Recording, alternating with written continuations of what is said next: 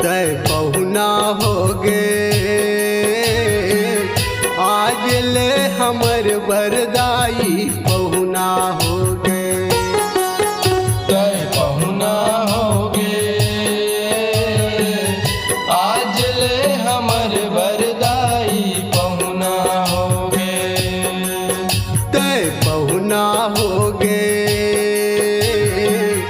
आज ले हमर बरदाई पहुना हो गे तय पहुना हो गे आज ले हमर बरदाई पहुना हो गे रवना दिन नवरत पूजा करन वो रवना दिन नवरत पूजा करन वो कर दे आँखी में आंसू के धार वो तय पहुना हो गे आज ले हमर बरदाई पहुना हो गे तय पहुना हो गे आज ले हमर बरदाई पहुना हो गे आ आ आ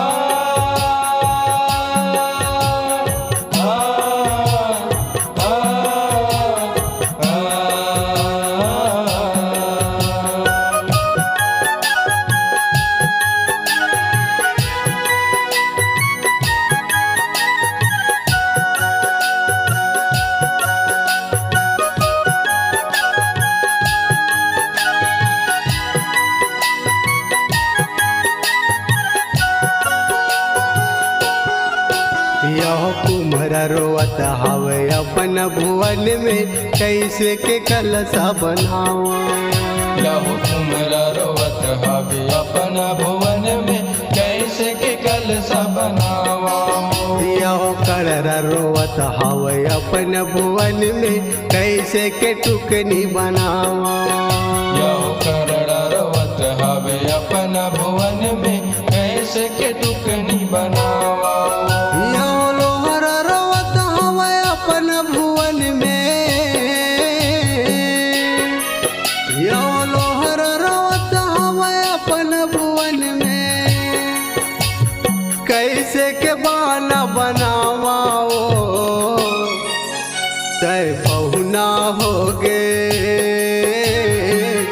आज ले हमर बरदाई पहुना हो गे तय पहुना हो गे आज ले हमर बरदाई पहुना हो गे आ आ आ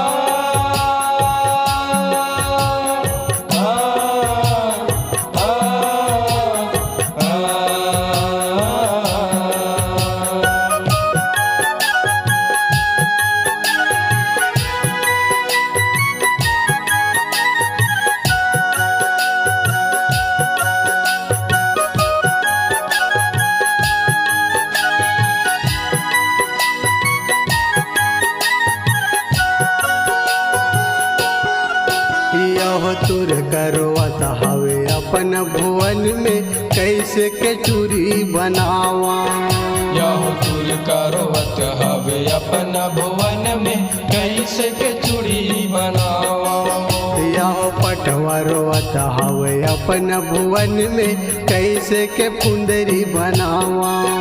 यह पटवा रोवत हवे अपना भुवन में कैसे के फुंदरी बनावा यह दर्जी रोवत हवे अपन भुवन में यह दर्जी रोवत हवे अपन भुवन में कैसे के रंग चिर बनावाओ दाई पहुना हो गे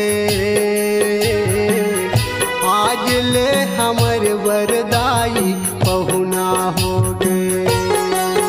तय पहुना हो गे आज ले हमर बरदाई पहुना हो गे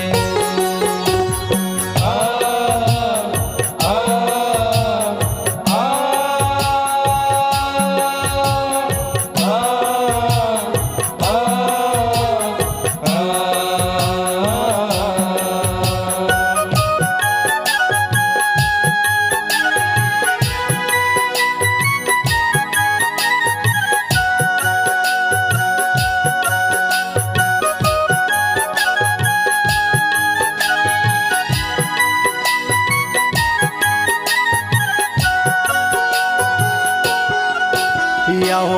पंडा रोवत हावे तोरे भुवन में काय अंगना का दुआरी।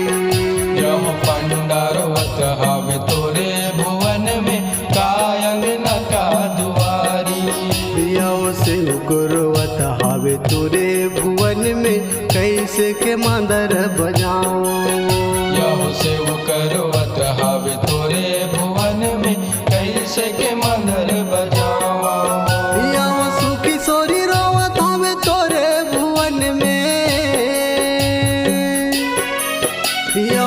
किशोरी रोवत हवे तोरे भुवन में कैसे के जस तोर गावा तय पहुना हो गे आज ले हमर बरदाई पहुना हो गे। तय पहुना हो गे आज ले हमर बरदाई पहुना हो गे। यवना दिन नवरत पूजा करन वो यवना दिन नवरत पूजा करन वो कर दे आँखी में आंसू के धार दाई बहुना हो गे आज ले हमर वरदाई बहुना हो गे। दाई पहुना हो गे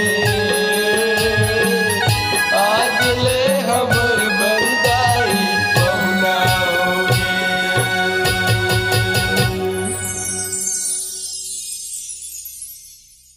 अपने आवाज को एक नया आयाम देने के लिए चलें आइए समृद्धि डिजिटल रिकॉर्डिंग स्टूडियो, खैरागढ़।